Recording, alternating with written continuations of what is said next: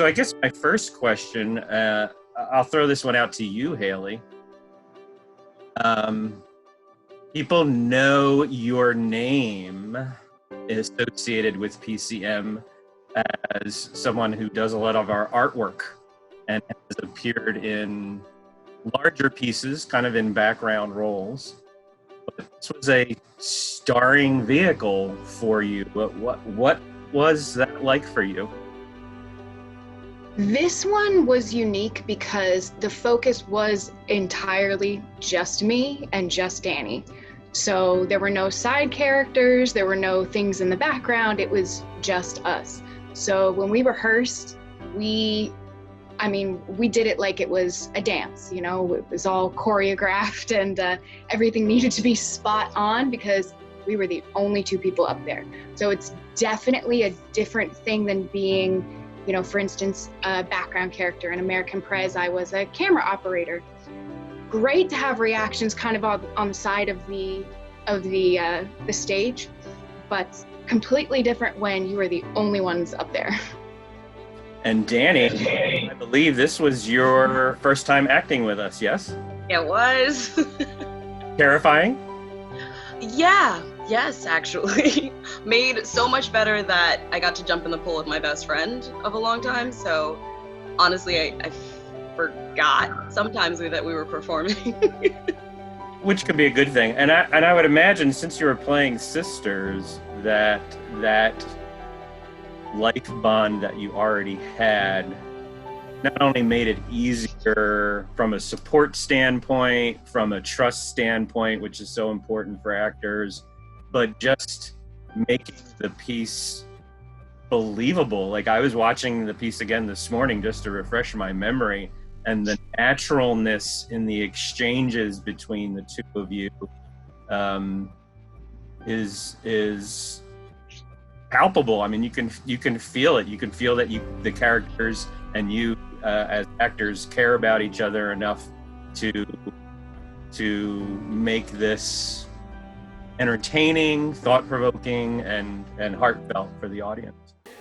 Why do you think it's Henry? Don't you know his name? Mel! I told you. Oh my God, Mel! You're doing it again. Oh my God, aren't you? Mom and Dad said if you started that again, they were gonna send you off to boarding school. I'm not doing that anymore.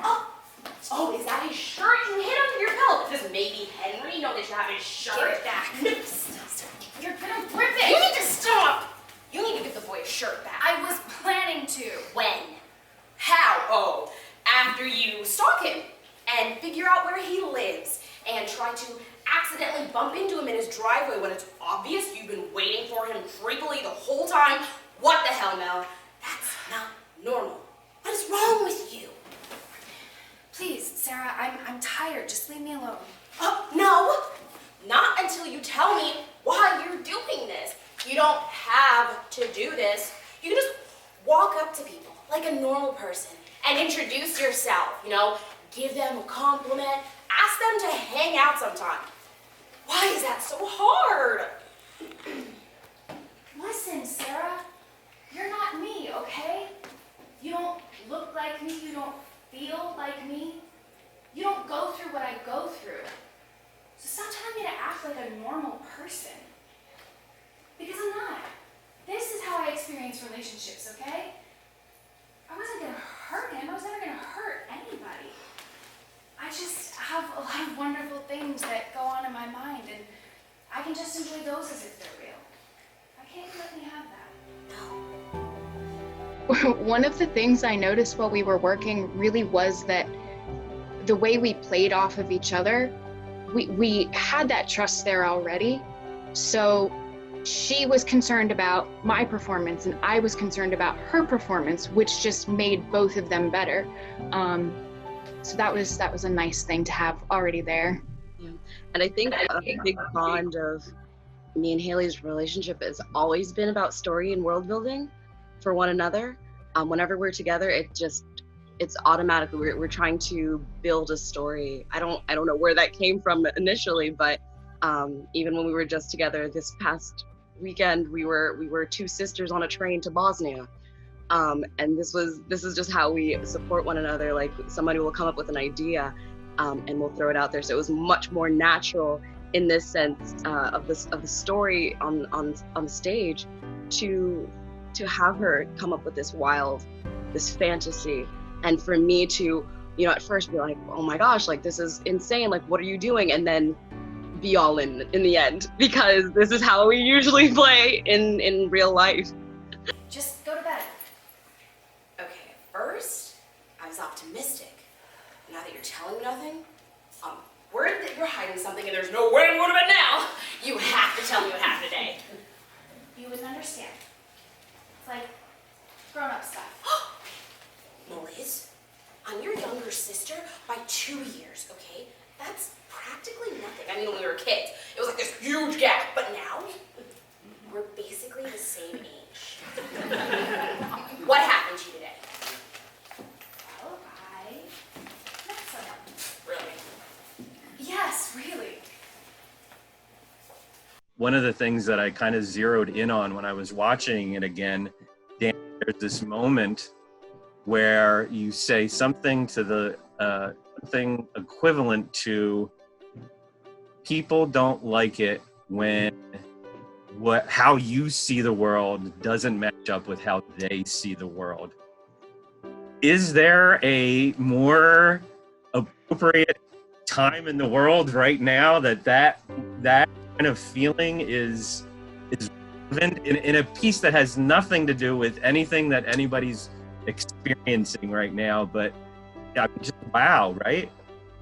100%. I think that's where like landing on concern rather than sternness was so important, because it like you're saying, like with what's going on in the world right now in current events, like most of the problem doesn't seem to be that we can't understand it, that we're afraid to, because the not liking it when, you know, how you see the world isn't how they see the world has to do with fear, and that this is the point of like softness. I think that this piece really hinges on is like, you know, I'm afraid of something for my sister. My sister is afraid of something happening if she doesn't.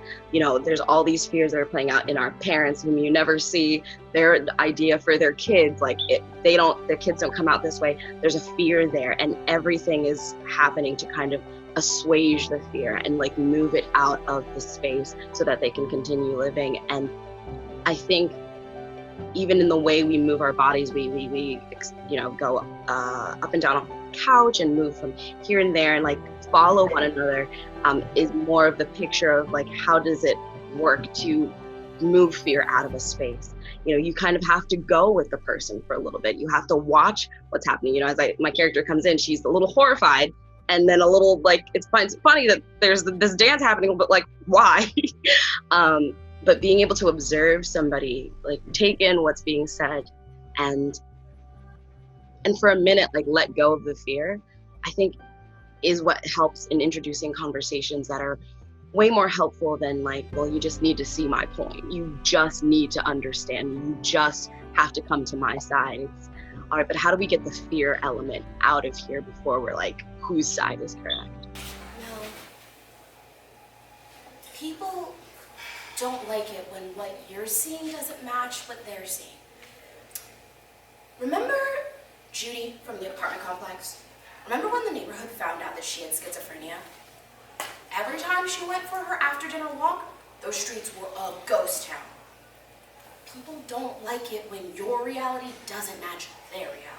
But it doesn't make sense. I think Judy's nice. I don't know. I guess fear doesn't have to make sense. I'm not a monster. I just don't want to talk to anyone. Like, ever. It's too painful. Like when I go to the corner store, I can feel the kid behind the counter staring at my zits, judging me for being overweight, looking at my clothes because they're probably out of style. I can't keep up with all that.